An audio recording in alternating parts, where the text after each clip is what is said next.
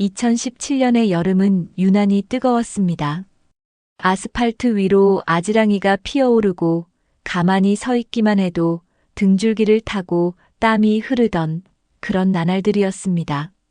서울의 한 초등학교 운동장에 내리쬐던 7월의 햇볕은 모든 것을 하얗게 태워버릴 것처럼 강렬했고 아이들의 웃음소리마저 그 열기에 녹아 희미해지는 듯했습니다.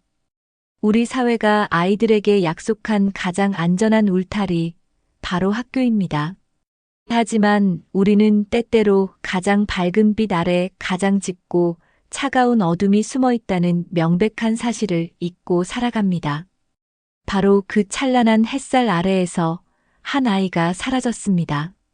마치 한여름의 신기루처럼 소리도 흔적도 없이 증발해버렸습니다. 아이는 어디로 대체 왜 사라져야만 했을까요? 그리고 3년이라는 기나긴 침묵의 세월 끝에 굳게 녹슬어버린 진실의 문을 열어젖힌 것은 사건과 아무런 관련이 없었던 한 젊은 교생 선생님의 무심코 내디딘 우연한 발걸음이었습니다. 오늘 사건 번호 제로에서는 평범했던 한 가족의 삶을 송두리째 무너뜨리고 우리 사회의 안전망에 커다란 구멍을 남긴 그날의 기록을 한 걸음 더 깊숙이 따라가 보겠습니다. 우리가 미처 알지 못했던 혹은 애써 외면했던 진실의 조각들을 하나씩 맞춰보며 3년, 즉 1095일이라는 시간의 무게를 함께 견뎌보려 합니다. 구독과 알림 설정을 통해 잊혀가는 사건 속 진실의 목소리에 힘을 실어주시길 간절히 바랍니다. 사건 발생일은 2017년 7월 12일 수요일로 특정됩니다. 여름방학을 불과 일주일 앞둔 아이들의 마음이 설렘으로 부풀어 오르던 평범하기 그지없는 날이었습니다. 서울 서북부 오래된 아파트 단지 사이에 자리한 H초등학교. 그곳 4학년 2반에 재학 중이던 김민준 군, 당시 만 10살이던 민준이는 유난히 체육 시간을 좋아하던 쾌활하고 에너지 넘치는 아이였다고 가족과 친구들은 한 목소리로 기억합니다. 축구 선수가 되는 것이 꿈이었고 쉬는 시간마다 운동장으로 달려나가던 햇볕에 그을린 건강한 얼굴의 소년이었습니다. 사건 당일 사교시는 전교생이 손꼽아 기다리던 체육 시간이었습니다. 담당 교사는 H초등학교에 5년째 근무 중이던 체육 전담 교사 박철호, 당시 42세였습니다. 그는 학생들 사이에서 공포의 대상으로 통했습니다. 작은 실수에도 가차없는 벌을 내리고 고압적인 말투로 아이들을 다그치는 일이 잦아 대부분의 학생들이 그를 어려워하고 피했습니다. 하지만 교무실과 학부모들 앞에서는 전혀 다른 얼굴을 하고 있었습니다. 그는 언제나 예의 바르고 교육에 대한 열정이 넘치는 교사로 자신을 포장했으며 특히 운동신경이 뛰어난 아이들을 따로 지도해 각종 대회에서 입상시키는 등 가시적인 성과를 내보여 일부 학부모들 사이에서는 아이들을 강하게 키우는 열정적인 선생님으로 평가받기도 했던 기이할 정도로 이중적인 평판의 소유자였습니다. 비극의 씨앗은 실종 추정 시각으로부터 약 24시간 전인 7월 11일 화요일에 조용히 싹트고 있었습니다. 그날 점심시간 민준이는 같은 반 친구 서너 명과 운동장에서 축구를 하고 있었습니다. 민준이가 힘껏 찬 공이 그만 궤적을 벗어나 교사 주차장에 세워져 있던 박철호 교사의 검은색 세단 옆면에 강하게 부딪혔습니다. 쿵 하는 소리와 함께 이제 막 새로 뽑은 지 반년도 채 되지 않은 그의 차에는 희미한 흠집이 남았습니다. 마침 교무실 창가에서 이 광경을 목격한 박철호 교사는 무서운 속도로 달려나왔습니다. 그의 얼굴은 분노로 시뻘겋게 달아올라 있었습니다. 그는 다른 아이들은 거들떠보지도 않은 채 오직 민준이의 멱살을 잡을 듯 삿대질을 하며 고함을 질렀습니다. 김민준, 너 이리 안 와. 친구들의 증언에 따르면 당시 그의 분노는 단순한 꾸중의 수준을 넘어섰다고 합니다. 차에 난 흠집을 병적으로 문지르며 살펴보던 그는 겁에 질려 고개만 숙이고 있는 민준이의 턱을 거칠게 붙잡고는 나직하지만 섬뜩한 목소리로 이렇게 말했다고 합니다. 내일 보자. 내일 체육 시간에 아주 재미있게 해줄게. 당시 아이들은 그저 무서운 선생님의 흔한 협박이라고만 생각했습니다. 이 서늘한 경고가 한 아이의 생명을 앗아가는 비극의 서막이 될 것이라고는 그 누구도 상상조차 하지 못했습니다. 사건 당일인 7월 12일 수요일 오전, 민준이는 평소와 다름없이 밝은 얼굴로 엄마 다녀오겠습니다. 를 외치며 집을 나섰습니다. 아침 식탁에서 어제 축구공 사건에 대해 넌지시 이야기했지만 어머니는 선생님께 제대로 사과드리고 다음부터 조심하면 괜찮을 거야라며 아들을 안심시켰습니다. 이것이 모자의 마지막 대화가 될 줄은 꿈에도 몰랐습니다. 1교시 국어, 2교시 수학, 3교시 사회 시간까지 민준이가 수업에 집중하지 못하거나 불안해하는 기색은 전혀 없었다는 것이 담임교사와 친구들의 공통된 증언입니다. 어쩌면 아이는 어른들의 생각보다 훨씬 더 빨리 어제의 공포를 잊고 있었는지도 모릅니다. 문제는 운명의 4교시, 박철호 교사가 담당하는 체육 시간이 시작되면서부터였습니다. 그날의 체육 수업 종목은 피구였습니다. 쨍한 햇볕 아래 아이들이 두 팀으로 나뉘었고 박 교사는 직접 경기에 참여하며 공을 던졌습니다. 하지만 그 모습은 교육이라기보다는 사냥에 가까웠습니다. 여러 학생의 교차 증언에 따르면 박 교사는 마치 작정한 듯 민준이에게만 집요하게 공을 던졌습니다. 그것도 얼굴과 머리를 겨냥한 아이들이 감당하기 힘든 위협적인 공이었습니다. 민준이가 공에 맞아 코피를 흘렸음에도 박 교사는 엄살 부리지 말고 똑바로 서라며 소리쳤고 겁을 먹은 민준이가 공을 제대로 피하지 못하자 운동신경이 그것밖에 안 돼서 어떡하냐며 모든 학생 앞에서 공개적으로 모욕을 주었습니다. 다른 아이들은 공포에 질려 아무 말도 하지 못하고 그저 박 교사의 눈치만 살필 뿐이었습니다. 그날의 운동장은 즐거운 놀이터가 아니라 한 아이를 향한 일방적인 폭력이 자행되는 거대한 처형대와도 같았습니다. 실종 추정 시각은 수업 종료를 불과 5분 남겨둔 오후 12시 10분경으로 좁혀집니다. 수업 종료를 알리는 휘슬을 불기 직전 박 교사는 사용했던 피구공들과 콘, 조끼 등 온갖 체육용품 정리를 민준이에게 혼자 시킨 것으로 확정되었습니다. 그리고 아이들이 모두 듣는 앞에서 이렇게 지시했습니다. 김민준, 너는 남아서 이거 전부 본관 뒤쪽 낡은 체육 창고에 넣어두고 교실로 가라. 하나라도 빼먹으면 혼날 줄 알아. 당시 여러 학생들이 이 지시를 똑똑히 들었으며 땀과 눈물로 범벅이 된 채 무거운 공 가방을 끌고 창고 쪽으로 터덜터덜 걸어가던 민준이의 뒷모습이 친구들이 본 그의 마지막 모습이었습니다. 해당 창고는 수십 년 전 지어진 낡은 건물로 지금은 거의 사용되지 않아 학생들의 발길이 전혀 닿지 않는 학교에서도 가장 외지고 음습한 곳에 위치해 있었습니다. 아이들 사이에서는 귀신 나오는 창고로 불리며 기피의 대상이 되던 곳이었습니다. 아이들의 안전과 심리를 그 누구보다 잘 알아야 할 교사가 왜 굳이 어린 학생을 그 공포의 공간으로 혼자 보냈던 걸까요?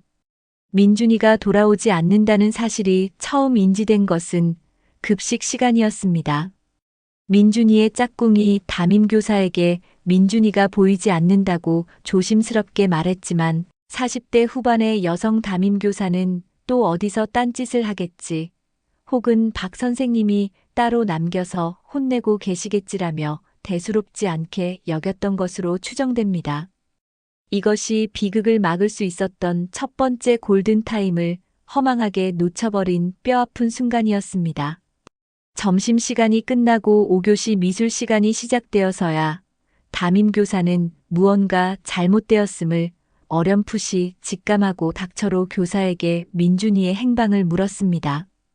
박 교사는 눈 하나 깜짝하지 않고 창고 정리를 시켰는데 아마 벌 받는 게 싫어서 어디 숨어서 농땡이 피우고 있는 모양입니다라며 태연하게 거짓말을 했습니다. 심지어 그는 4학년 2반 교실에 직접 찾아와 아이들 앞에서 여러분, 김민준처럼 책임감 없이 도망가는 행동을 하면 안 됩니다. 단체 생활에서는 규칙이 중요한 겁니다라며 마치 민준이가 큰 잘못을 저지른 문제아인 것처럼 거짓 훈계까지 하는 파렴치한 모습을 보였습니다. 실종 사실이 공식적으로 부모에게 통보된 시각은 오후 4시 15분, 민준이가 학원 갈 시간이 지나도록 집에 오지 않자 걱정이 된 어머니가 학교에 전화를 걸면서부터였습니다.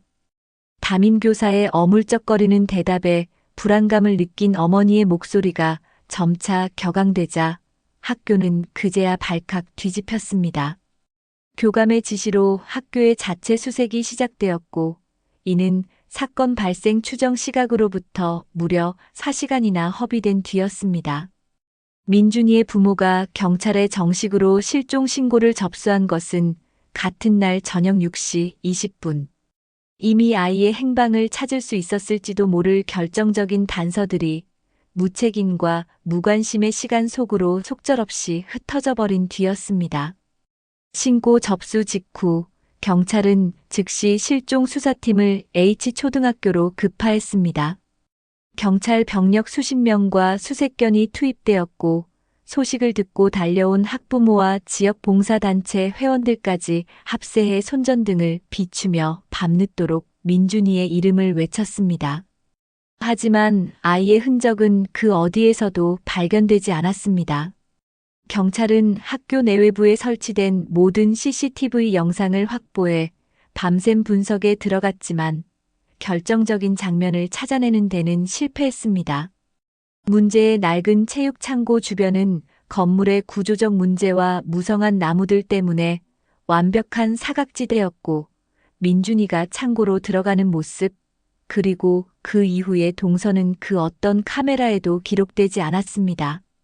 박철호 교사는 당연히 최초 참고인 신분으로 조사를 받았습니다. 그는 경찰서 조사실에서도 조금도 위축되지 않고 당당한 태도를 유지했습니다. 벌의 일환으로 청소를 지시한 것은 맞지만 아이가 어디로 갔는지는 전혀 모릅니다. 요즘 아이들 워낙 어디로 튈지 모르지 않습니까? 라며 일관되게 진술했습니다. 그는 오히려 평소 민준이가 주의가 산만하고 거짓말을 하는 경향이 있어 종종 지도에 어려움이 있었다며 교묘하게 책임을 회피하고 피해 아동에게 부정적인 프레임을 씌우려는 듯한 발언까지 서슴지 않았습니다. 당시 경찰은 박 교사가 현직 교사라는 사회적 신분, 그가 보인 빈틈없는 태도, 그리고 결정적으로 그를 범인으로 특정할 어떠한 직접적인 증거도 없다는 점에서 그를 용의선상에서 사실상 배제하는 치명적인 실수를 저지르고 맙니다. 수사는 학교 외부인의 소행이나 단순 가출 가능성에 무게를 두고 진행되기 시작했습니다. 언론은 연일 민준이의 실종 사건을 대서특필했습니다. 초등학생 교내 증발 미스터리 사라진 아들, 엄마는 웁니다와 같은 자극적인 제목의 기사들이 쏟아졌고 각종 방송사에서는 전문가들을 동원해 온갖 추측을 난무하게 했습니다. 단순 가출, 금품을 노린 유괴, 심지어 부모와의 불화설까지 확인되지 않은 억측들이 피해자 가족에게 두 번의 상처를 안겼습니다. 시간은 무심하게 흘러갔고 어느새 민준이의 이름은 사람들의 관심에서 멀어져 갔습니다. 민준이의 해맑은 얼굴이 담긴 실종 아동 전단만이 동네 곳곳의 전봇대에 낡은 채로 비에 젖고 햇볕에 발해가고 있을 뿐이었습니다. 가장 지옥 같은 시간을 보내야 했던 것은 오롯이 민준이의 가족이었습니다. 아들이 사라진 후 부모의 삶은 통째로 멈춰버렸습니다. 아들의 방은 먼지 하나 쌓이지 않도록 매일같이 청소했지만 차마 이불을 개거나 책상 위 물건들을 치울 수는 없었습니다. 어머니는 실어증 증세를 보이며 나날이 말라갔고 아버지는 생업을 포기한 채 직접 인쇄한 전단을 들고 전국 방방곡곡을 헤맸습니다. 우리 민준이 오른쪽 눈 밑에 작은 점이 있어요. 혹시라도 비슷한 아이를 보시면 꼭 연락 주세요. 쉰 목소리로 행인들을 붙잡고 호소했지만 돌아오는 것은 무심한 시선뿐이었습니다. 희망은 점차 절망으로 변해갔고 웃음소리가 끊긴 집에는 숨막히는 침묵과 서로를 핥히는 원망만이 남았습니다. 가족의 시간은 영원히 끝나지 않을 것 같던 2017년 7월 12일에 멈춘 채 단 하루도 앞으로 나아가지 못하고 있었습니다. 그렇게 3년이라는 영겁과도 같은 시간이 흘렀습니다. 사람들의 기억 속에서 김민준이라는 이름은 서서히 지워져 갔고 사건은 수많은 미제 사건 파일 중 하나로 분류되어 경찰서 캐비닛 깊숙한 곳에서 먼지만 쌓여가는 듯 했습니다. H초등학교에는 새로운 신입생들이 입학했고 사건 당시 4학년이었던 아이들은 이미 중학생이 되어 뿔뿔이 흩어졌습니다. 가장 큰 변화는 박철호 교사가 사건 발생 1년 뒤 아무 일도 없었다는 듯 경기도의 한 신도시의 초등학교로 정근을 갔다는 사실이었습니다. 그곳에서 그는 여전히 열정 넘치는 체육교사로 행세하며 평온한 일상을 이어가고 있었습니다. 모든 것이 시간의 거대한 강물 아래 가라앉는 듯 보였습니다.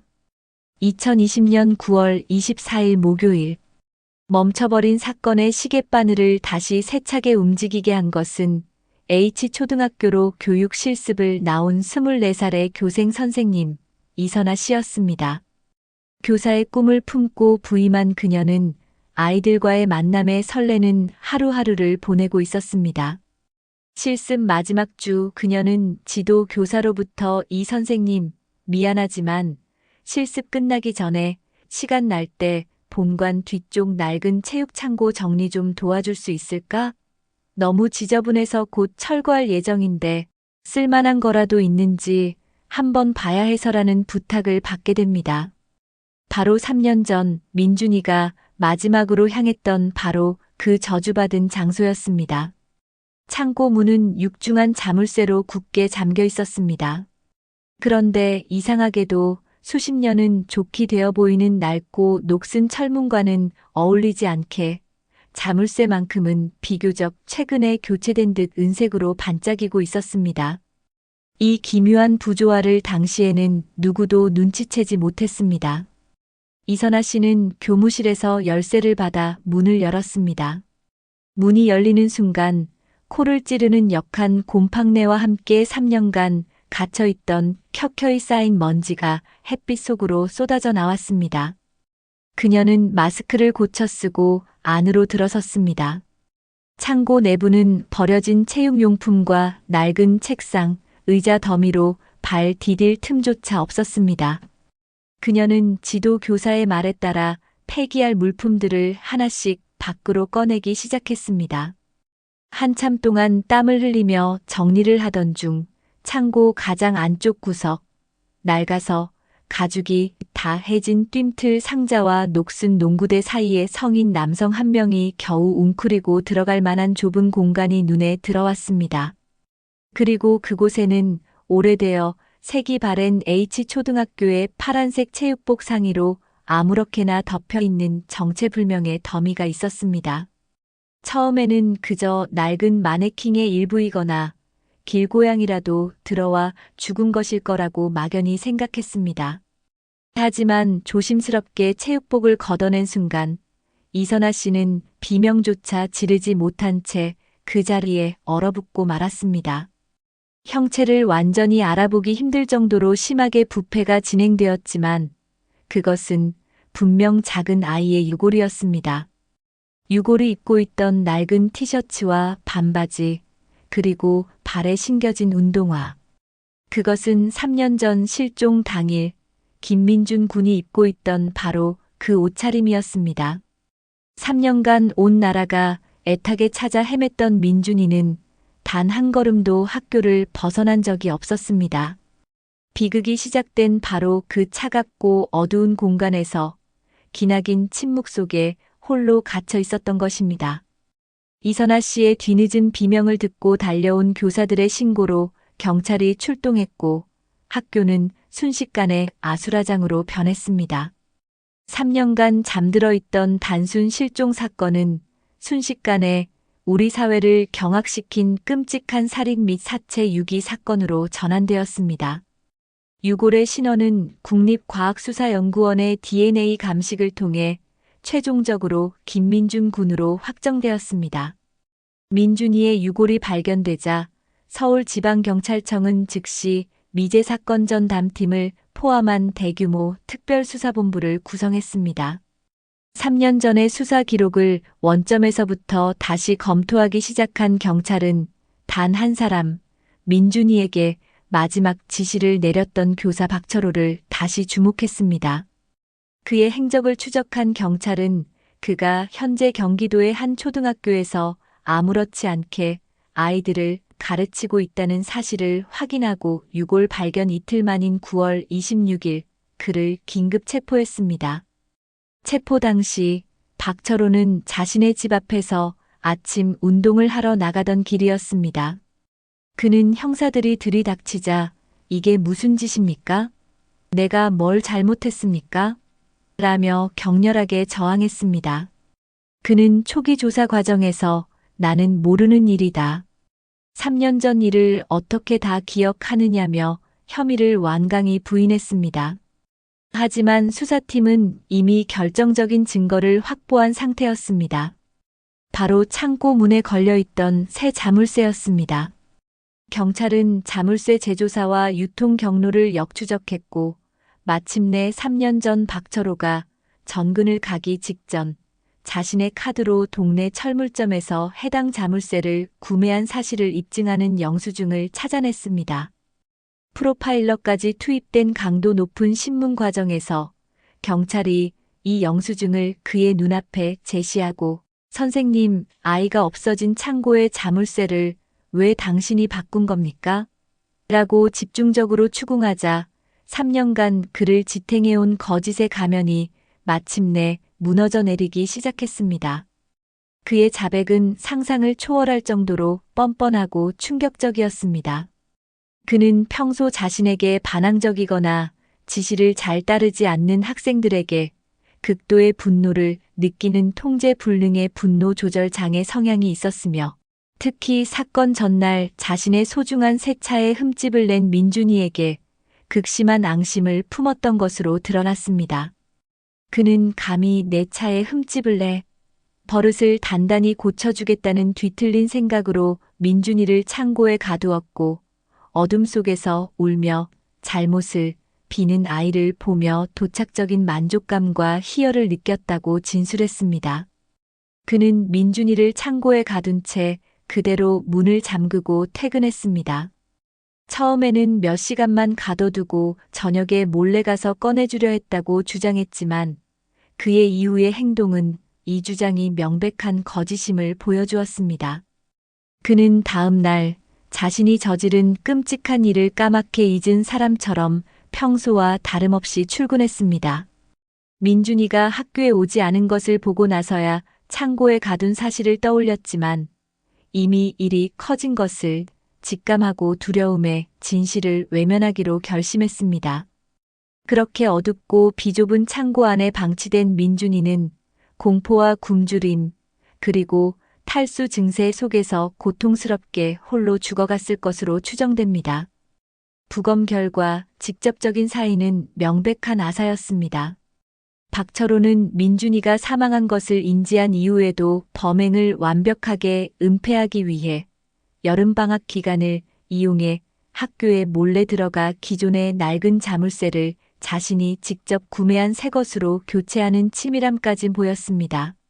지난 3년간 그는 단 한순간의 죄책감도 없이 평범한 교사로 한 가정의 가장으로 살아왔던 것입니다.